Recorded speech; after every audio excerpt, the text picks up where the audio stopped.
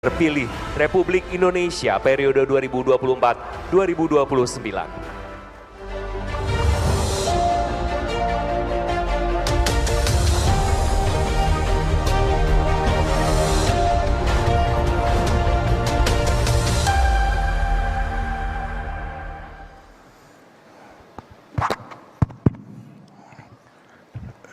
Bismillahirrahmanirrahim.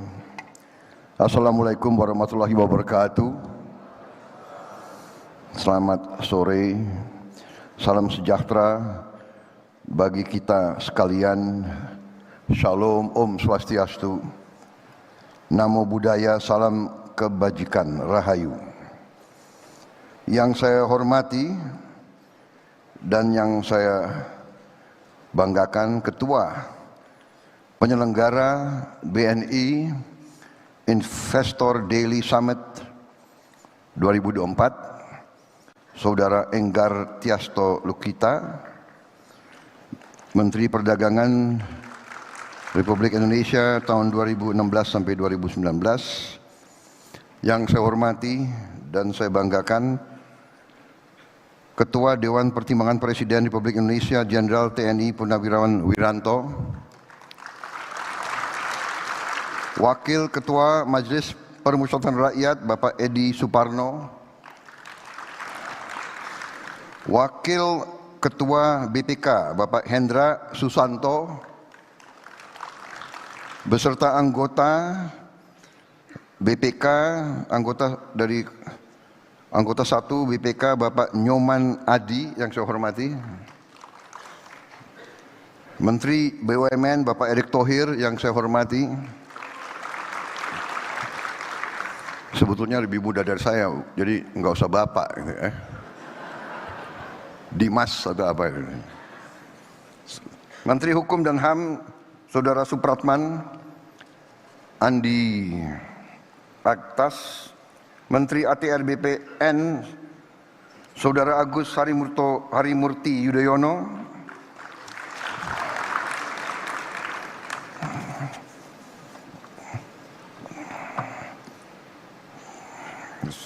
Menteri ESDM tidak hadir, tolong dicatat itu.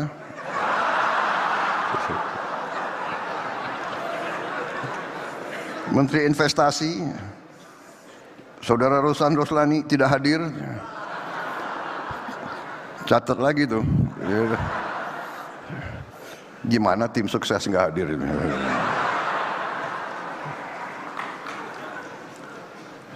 Para duta besar negara sahabat dan perwakilan negara-negara sahabat yang hadir, distinguished ambassadors and representatives of friendly nations, Saudara Dirut Bank Negara Indonesia Saudara Royke Tumilar,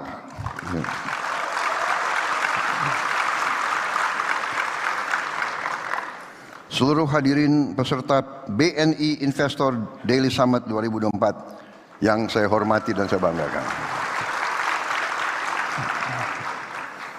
Saudara-saudara, terima kasih atas kehormatan diberikan kepada saya diundang pada acara ini. Ini kehormatan, walaupun undangan kemarin diberikan kepada saya oleh Pak Enggar secara mendadak. Baru tadi malam saya diundang. Tapi bukan salah beliau, biasa dalam kondisi sekarang agak sibuk sehingga mungkin undangan tertulis, saking banyaknya undangan mungkin tidak saya perhatikan. Tapi untung takdir menghendaki saya hadir. Saya kebetulan ketemu beliau di restoran. Kemudian beliau ingatkan, besok hadir nggak? Ada acara apa? Ya kan? BNI Investor apa? BNI. Waduh, berat kalau saya nggak hadir acara BNI. Gitu. Ya kan? Ngeri saya, kualat, ya kan? Malam-malam saya dibangunin nanti katanya kan. Jadi BNI memang ada sedikit bukan sedikit, tapi ada hubungan emosional dengan keluarga saya karena itu adalah kebanggaan keluarga kami, karena Pak Margono lah yang menerima perintah dari Bung Karno untuk membuka bank milik rakyat Indonesia yang pertama, yaitu BNI.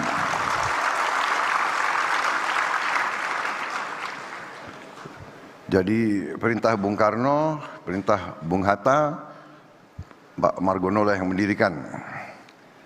Dan juga dalam kisah keluarga, waktu Belanda menyerang Jogja tahun 48, Pak Margono ditangkap oleh Belanda di kantor BNI di Jogja waktu itu.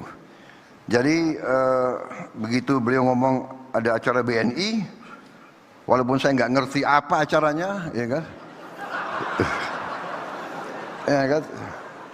Ya udah, hadir aja saya, ya kan? Dan sebagaimana saya bisa antisipasi,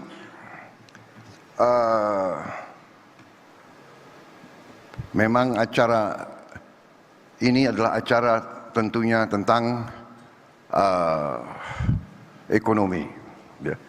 BNI dengan mitra-mitranya, para investor, para pelaku ekonomi, apalagi ada Pak Enggar di situ, ya, sehingga saya diminta sedikit memberi pemikiran atau visi saya ke depan. Sebetulnya visi saya ke depan ini sudah sangat sering disebarluaskan, sudah ada buku, sudah ada program, sudah tertulis, sudah disebarkan di mana-mana.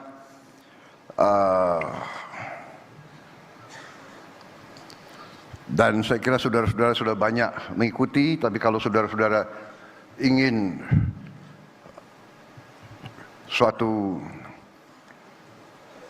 konfirmasi atau suatu rekonfirmasi atau katakanlah suatu penjelasan lagi, dengan sangat gembira saya akan menggariskan secara garis besar saja, tidak terlalu detail. Saya yakin saudara di ujung hari ini begitu banyak mendengarkan pembicaraan, sudah cukup lelah, ya kan? Kita mengerti bahwa pelajaran psikologi, orang mendengarkan itu sebetulnya cukup berat. Kemampuan orang menerima keterangan itu katanya terbatas. Span of attention kurang lebih 40 menit. Kemudian daya serap manusia untuk menerima keterangan baru maksimal 7-8. Karena itu saya batasi pembicaraan saya, ya. Saya harap tidak terlalu lama. Tapi saya mohon izin saya minum kopi dulu. Saya bisa jadi brand ambassador kopi Indonesia. Ya.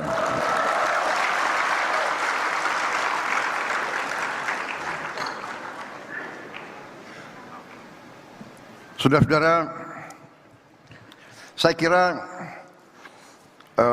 apa yang terjadi sekarang ini saya rasakan dan saya kira dirasakan oleh banyak pihak adalah suatu transisi yang bisa dikatakan transisi sangat lancar, sangat mudah.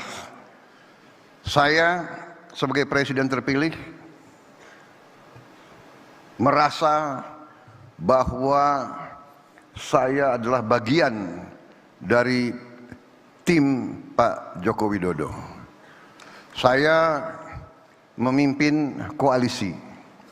Koalisi itu kita bahkan menamakan koalisi itu Koalisi Indonesia Maju. Dan koalisi itu terdiri dari partai-partai yang memang ikut serta dalam timnya Pak Jokowi. Walaupun saya gabung sama Pak Jokowi baru bagian kedua. Jadi kalau dalam sepak bola saya masuk lapangan itu baru babak kedua, second half. Jadi biasanya second half masuk di saat-saat kritis begitu. Ya. Saudara-saudara, dengan demikian, ya kan, saya tidak akan banyak ulangi bahwa saya pernah rival, tapi saya bergabung, ternyata nilai-nilai kita sama. Dan sekarang saya dalam transisi ini merasa sangat dibantu, sangat didukung oleh Pak Jokowi dan timnya.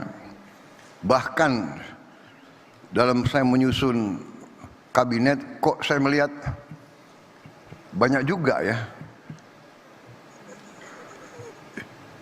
menteri-menteri yang akan datang, ya banyak juga yang berada di kabinet yang sekarang begitu. Bukan apa-apa, tetapi saya lihat adalah begini. Pada ujungnya, setiap penerima mandat dari rakyat memikul tugas dan tanggung jawab yang tidak ringan. Dan karena itu, sama kalau kita mau menyusun dan memilih tim sepak bola, tim nasional sepak bola, yang dicari adalah pemain-pemain yang terbaik.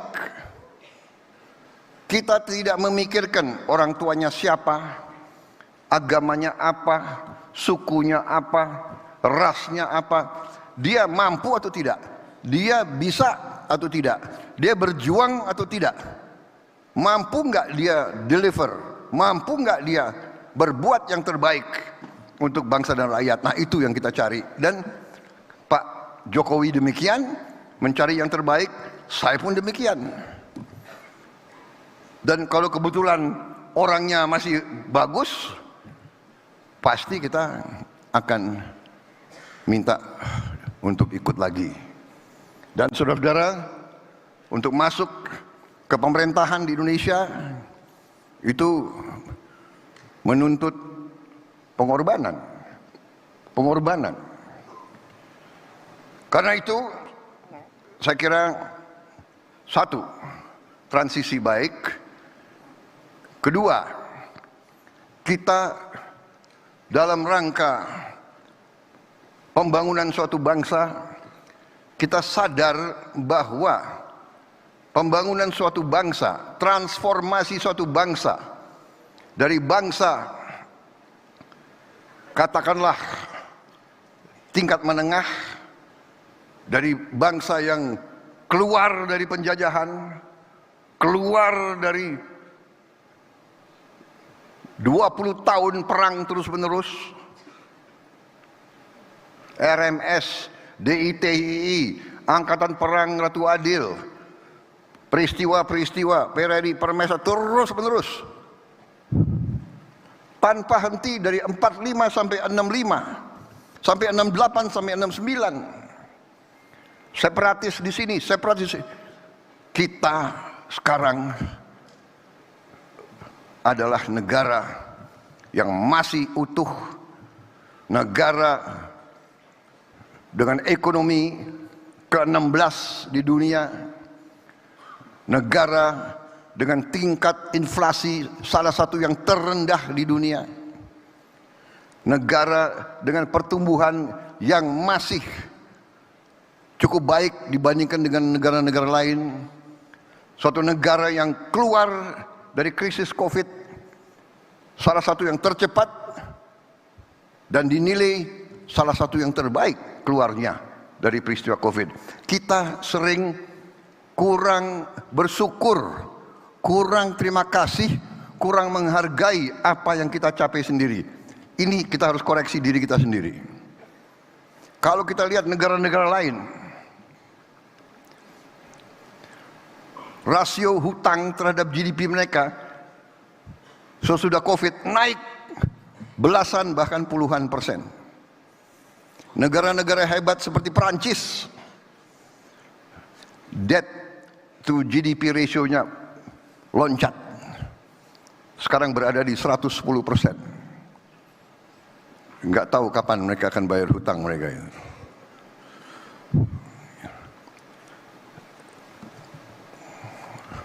Saudara-saudara sekalian,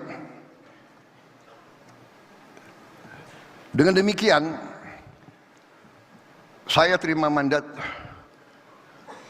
dari rakyat dan waktu ini saya gunakan dengan sebaik-baiknya. Saya kumpulkan pakar-pakar, saya kaji perkembangan, saya kaji situasi ekonomi kita bagaimanapun tidak bisa lepas dari kondisi geopolitik global. Kita sadar semua di sini betapa kita berada dalam suasana yang sangat penuh dengan kecemasan. Terjadi perang-perang besar dengan risiko yang sangat besar. Di Eropa, perang Ukraina, di Timur Tengah, perang di Gaza, meluas ke Lebanon, mungkin meluas lagi ke Iran.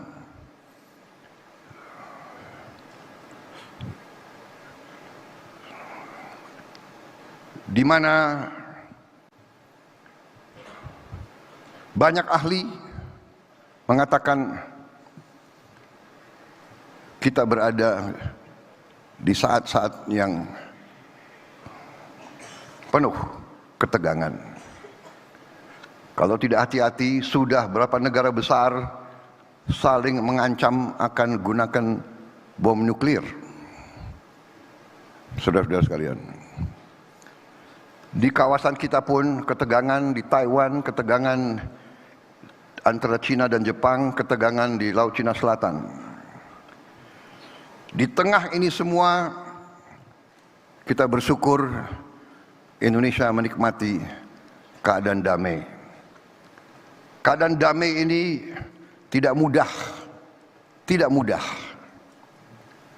Tidak mungkin ada perdamaian tanpa persatuan. Saya baru dapat pelajaran, unity brings harmony. Harmony brings equilibrium. Equilibrium brings peace. Only with peace we can have prosperity. Ini pelajaran dari sejarah. Kemakmuran hanya bisa datang dengan perdamaian, peace.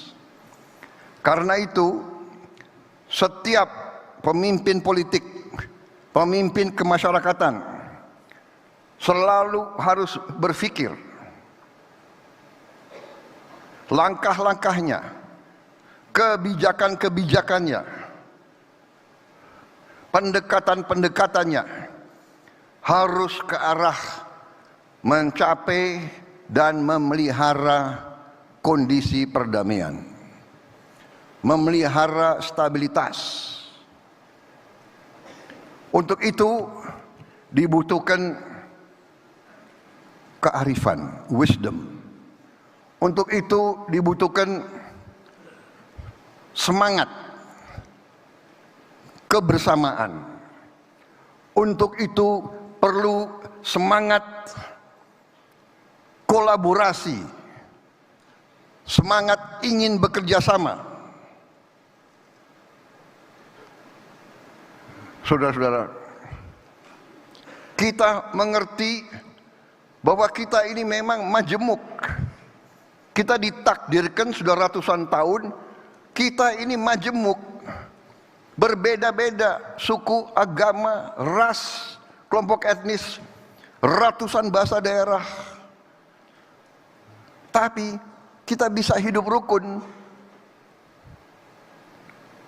Dan untuk itu kepemimpinan masyarakat di setiap level sampai ke tingkat nasional, kepemimpinan itu harus kepemimpinan yang bisa membawa dan memelihara kerukunan. Dan untuk itu saya mengambil sikap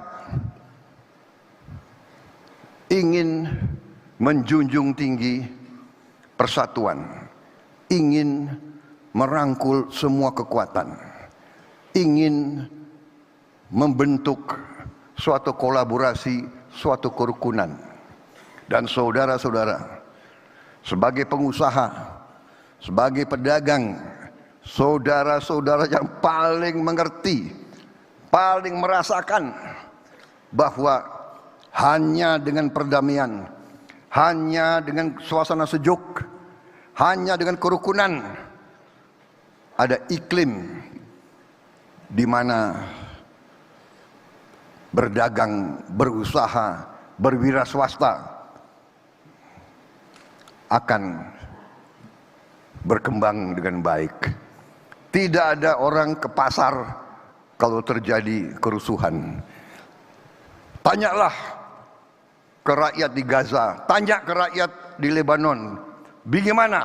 Bisa enggak mereka hidup dengan tenang? Bisa enggak mereka berdagang kalau semua gedung mereka dibom, dihancurkan? Karena itu saudara-saudara, saya selalu ingin menjalin dialog.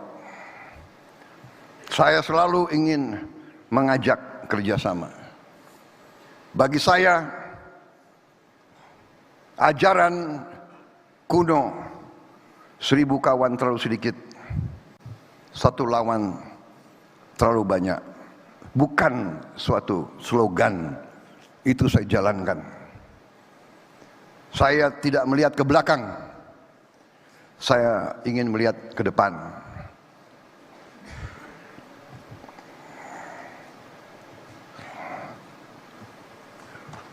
Bagi saya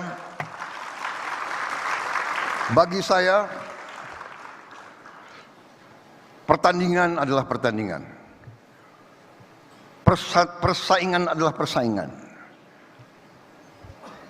Ibarat kita di Olimpiade bertanding judo, keras, banting, kunci. Begitu selesai, ada yang dinyatakan menang, yang kalah hormat, memberi tangan, bersahabat lagi. Saudara-saudara sekalian, ini jangan hanya di lapangan olahraga, saudara-saudara. Ini harus di lapangan sehari-hari. Ini harus menjadi budaya politik kita. Bersaing, berbeda, bertanding. Begitu selesai, bekerja sama untuk rakyat Indonesia.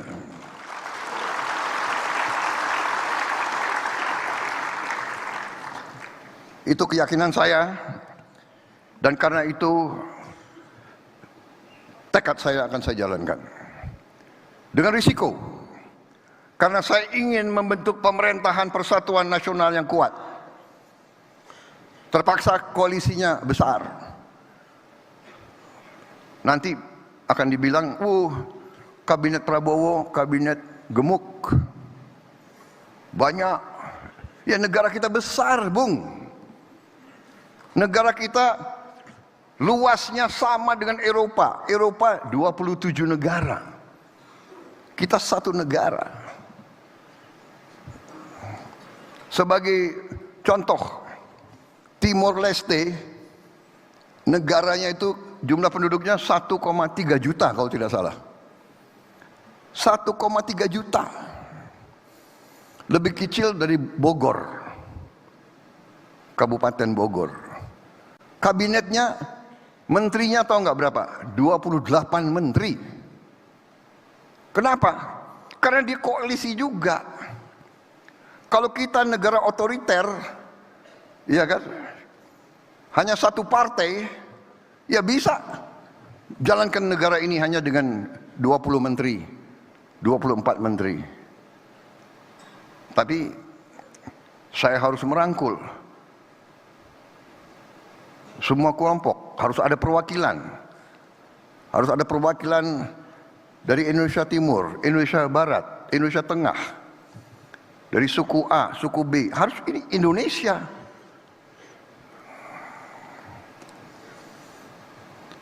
Dan memang pekerjaan kita berat.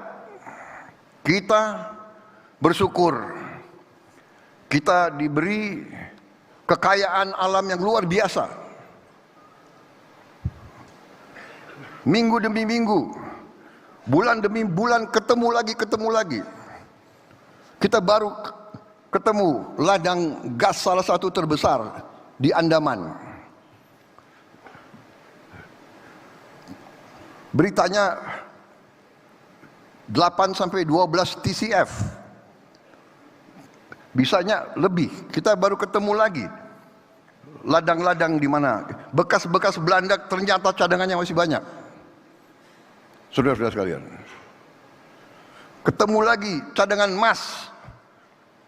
Rupanya Indonesia ini nanti bisa produsen emas salah satu terbesar di dunia. Ya kan? Jangan cepat tepuk tangan. Emasnya masih di bawah tanah, kita harus gali. Enggak, maksud saya kita, tapi, nah, dengan segala kelebihan kita menghadapi tantangan yang sangat besar. Ya kan? Pertumbuhan bagus, 5% selama sekian tahun berturut-turut, tapi kita harus akui pemerataannya harus kita tingkatkan. Saudara-saudara sekalian, kita harus berani koreksi sistem kita. Kita harus bertanya. Kita harus bertanya bagaimana caranya kekayaan bangsa Indonesia harus bisa dinikmati oleh seluruh rakyat Indonesia. Tidak hanya segelintir orang saja. Kita tidak bisa mengandalkan trickle down economics. Terlalu lambat.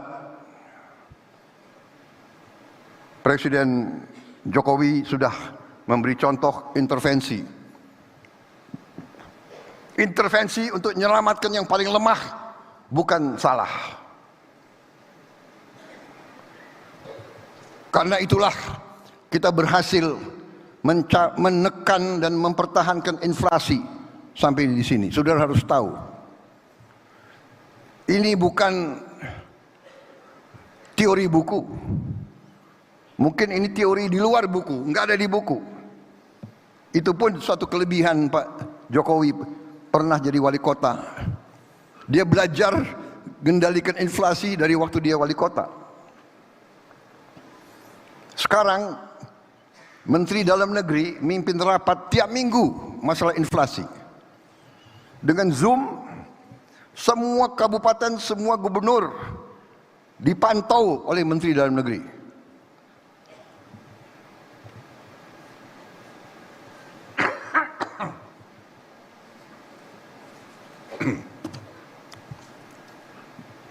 Mungkin satu-satunya negara di dunia Menteri Dalam Negeri rapat tiap minggu dengan bupati, wali kota, gubernur mengecek harga sembako. Di mana ada kelebihan, di mana ada kekurangan. Ini harus kita akui. Ekonomi bukan hit and run, bukan bukan sesuatu yang kita serahkan kepada keberuntungan. Ini adalah manajemen yang prudent, manajemen yang teliti, manajemen yang hati-hati. Saudara-saudara, kita harus berani koreksi diri. Sistem kita masih terlalu banyak kebocoran. Korupsi harus kita hadapi dengan berani. Untuk itu kita harus menghadapinya dengan sistem integralistik, sistem menyeluruh.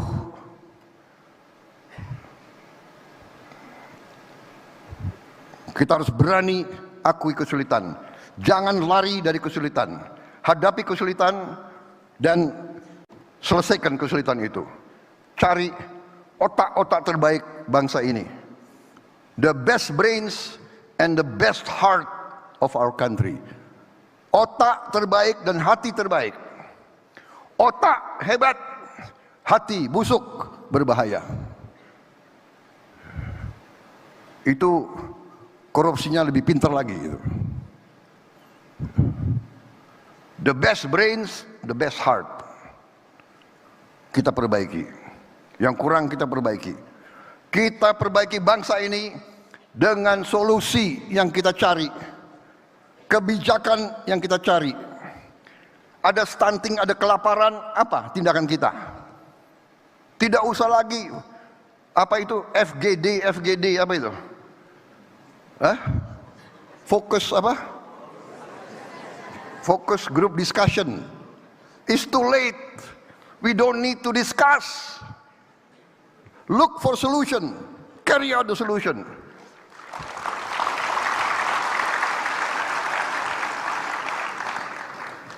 Saudara-saudara, kita berani hadapi, harus berani.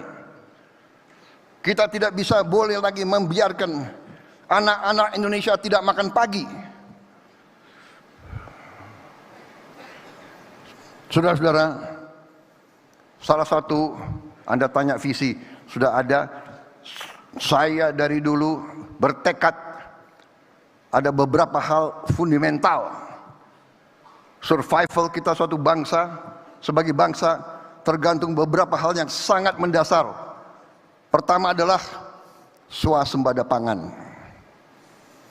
Suatu bangsa harus bisa produksi dan memberi makan ke rakyatnya. Bangsa mau merdeka tidak boleh tergantung dengan impor pangan. Saya bertekad untuk swasembada pangan.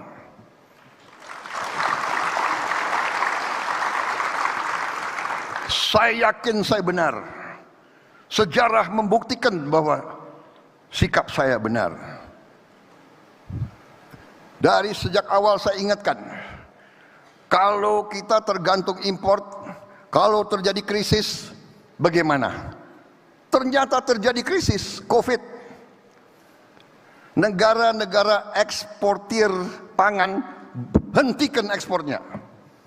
India, Vietnam, Thailand, Kamboja.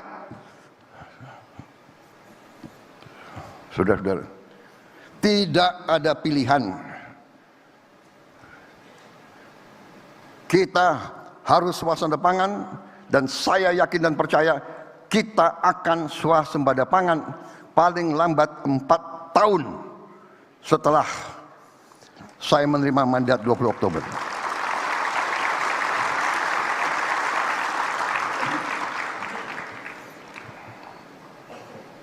Yang kedua, kita harus swasembada energi. Kita tidak bisa lagi tergantung import bahan bakar. Kalau terjadi krisis, sama lagi. Sekarang Israel diramalkan akan menyerang ladang-ladang minyak Iran.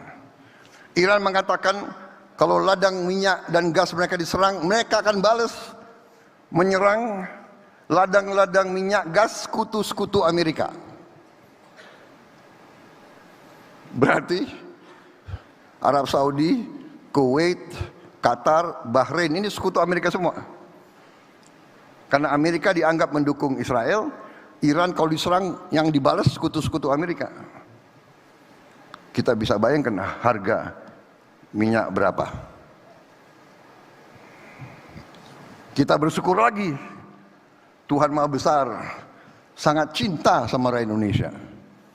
Saudara-saudara, sekarang ada teknologi, kita bisa bikin solar dari kelapa sawit.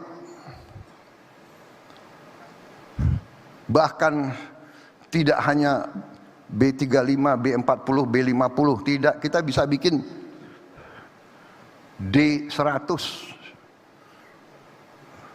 Bensin bisa juga dari kelapa sawit. Saudara-saudara sekalian.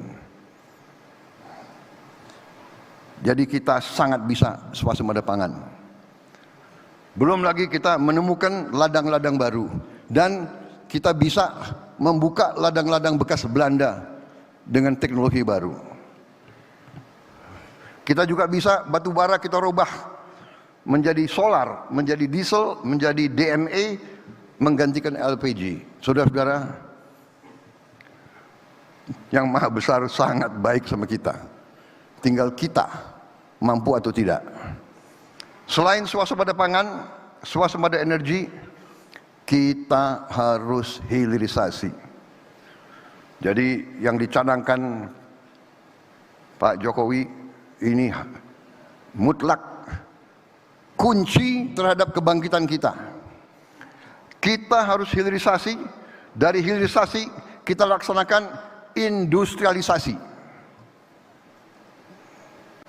Bersyukur lagi kita miliki cadangan nikel terbesar di dunia. Kita miliki cadangan boksit salah satu terbesar di dunia. Koper kalau nggak salah kita ketujuh di dunia. Kita punya thorium, kita punya uranium, saudara-saudara sekalian, kita punya rare earth.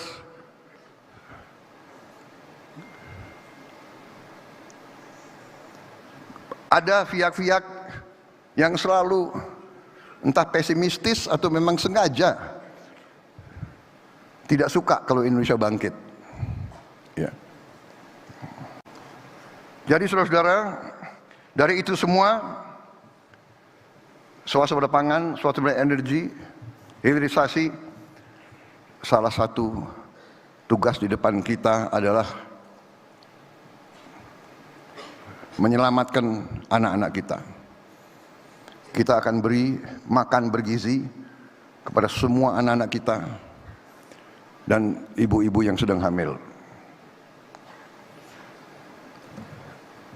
Dan ini sudah kita pelajari, sudah siap, akan kita lancarkan, dan sekarang sudah ratusan uji coba, sudah ratusan titik uji coba. Dan alhamdulillah uji cobanya sebagian besar sukses. Dan alhamdulillah sekarang inisiatif, ada perusahaan saya akan beri di daerah saya akan beri ke karyawan saya akan beri anak-anak karyawan saya. Ada kepala daerah, saya akan pakai APBD untuk sebagian. Silakan. Mari kita masing-masing berbuat untuk menyelamatkan masa depan anak-anak kita. Jadi saudara-saudara, kalau saya rangkum, produksi pangan, produksi energi, hilirisasi. Hilirisasi untuk nilai tambah, hilirisasi untuk lapangan kerja, hilirisasi untuk menyelamatkan devisa kita.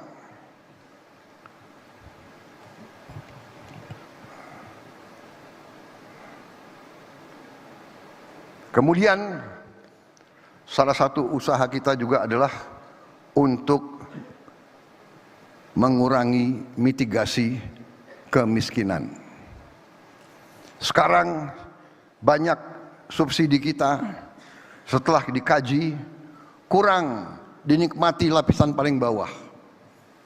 Karena subsidi itu adalah diarahkan ke subsidi barang, produk. Kita sedang mengkaji merubah subsidi menjadi subsidi kepada keluarga. Kita harus sekarang mencari data by name, by address setiap keluarga yang golongan paling bawah. Dan baru pada saat itu dengan cara yang benar, di situ kita berharap BRI, BNI, Pos Indonesia, PLN dengan semua jaringannya sampai ke desa bisa membantu melancarkan pengiriman subsidi itu langsung ke keluarga yang miskin. Saudara-saudara, saya kira secara garis besar itu strategi saya. Saya percaya swasembada pangan, swasembada energi, hilirisasi, makan untuk anak-anak, kemudian mitigasi kemiskinan segera. Kemudian dengan program-program itu semua, para pakar ekonomi menghitung. Sebagai contoh, kalau kita insya Allah berhasil, dan saya yakin kita berhasil, mencakup pemberian makan bergizi untuk anak-anak kita, artinya ada uang beredar di setiap desa, setiap hari. Artinya telur, sayur, pangan, buah,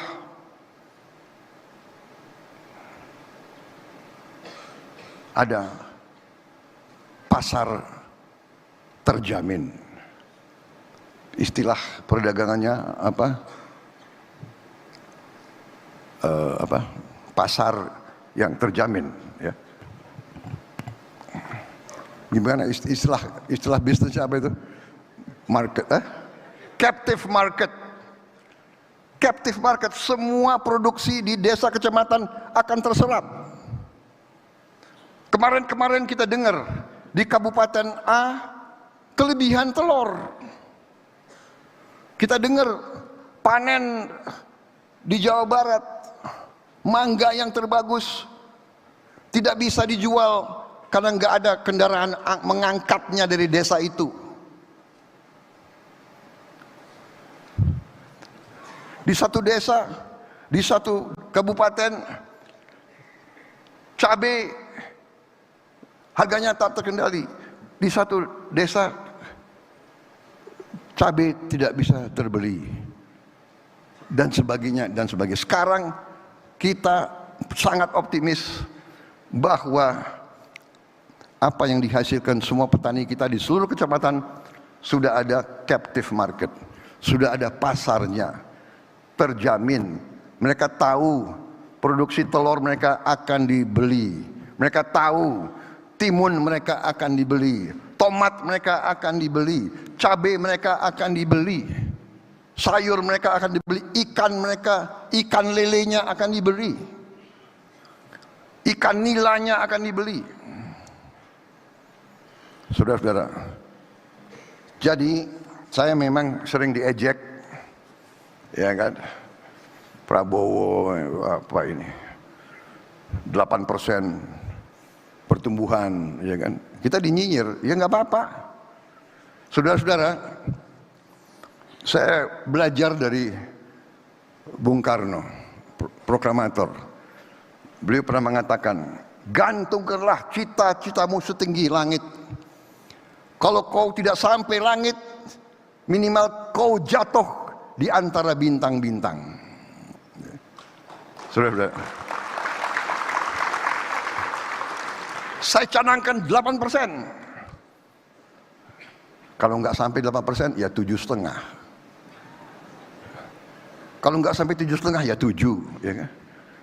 Kalau kita puas, kita canangkan 6%, nanti 5,3, ya sudahlah, ya kan? Saudara-saudara, dari sejak muda saya pinginnya jadi jenderal, bukan kolonel.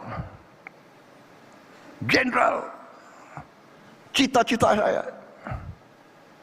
Tapi tidak duduk di bawah pohon, saya minta bintang jatuh ke saya, enggak. Saya bekerja. Saya ingin jadi bintang 4. Ya lumayan dapat bintang 3. Ya kan? Ujungnya dapat bintang 4 juga dari Pak Jokowi. Gitu. Jadi saudara-saudara yang muda-muda tak akan lari. Ya. Tidak akan lari. Kalau cita-citamu benar, kau bekerja keras, insya Allah. Never give up. Never surrender. Saya ajarkan kepada saudara. Jatuh, bangun lagi. Jatuh lagi, bangun lagi. Emangnya ada yang kasihan lu jatuh? Bangkit lagi. Jadi siapa tahu nanti tidak 8%. Kalau 9% gimana? Lu nggak percaya kan? Bener nggak? Tunggu tanggal mainnya.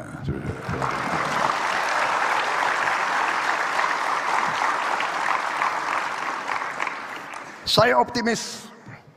Semakin saya belajar, semakin saya dikaji, saya optimis. Saya ingat seorang tokoh terkenal dari Amerika Serikat, Franklin Delano Roosevelt. Dia mengatakan, the only fear that we have to fear is fear itself. Ketakutan yang harus kita waspadai, ya ketakutan itu. The only thing we have to fear is fear itself. Jangan takut. Tidak ada keberhasilan tanpa keberanian. Bangsa Indonesia bangsa yang berani. Bangsa Indonesia bangsa yang optimis. Kita insya Allah akan jadi negara maju. Kita akan jadi negara makmur, saudara-saudara sekalian. Tentunya kita harus kerja keras. Kita harus benahi organisasi kita, benahi sistem pendidikan kita, merit system. Kita benahi hukum kita, peradilan kita. Salah satu kelemahan kita adalah sistem peradilan kita. Benar, para hakim kita perbaiki kualitas hidupnya. Kita bikin hakim-hakim kita kuat, tegar. Kita beri kepastian siapapun bahwa sistem hukum Indonesia akan jadi bagus. Kita dapat kepastian hukum untuk seluruh rakyat kita. Para investor akan tenang kalau ada kepastian hukum. Ya. Saya kira saudara-saudara sekalian, secara garis besar itu yang ingin saya sampaikan. Kekayaan kita banyak, aset-aset negara besar. Sudah saya hitung, kalau kita konsolidasikan semua kekayaan kita dalam manajemen yang baik, mungkin kaget. Jangankan orang lain, kita juga kaget betapa kayanya kita. Kuncinya kita harus menjaga kekayaan kita. Kita harus mengurus kekayaan kita.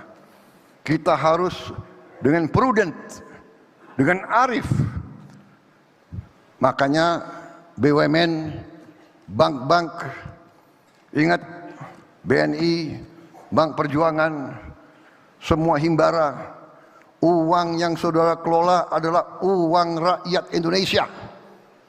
Setiap sen, setiap kredit harus dipertanggungjawabkan.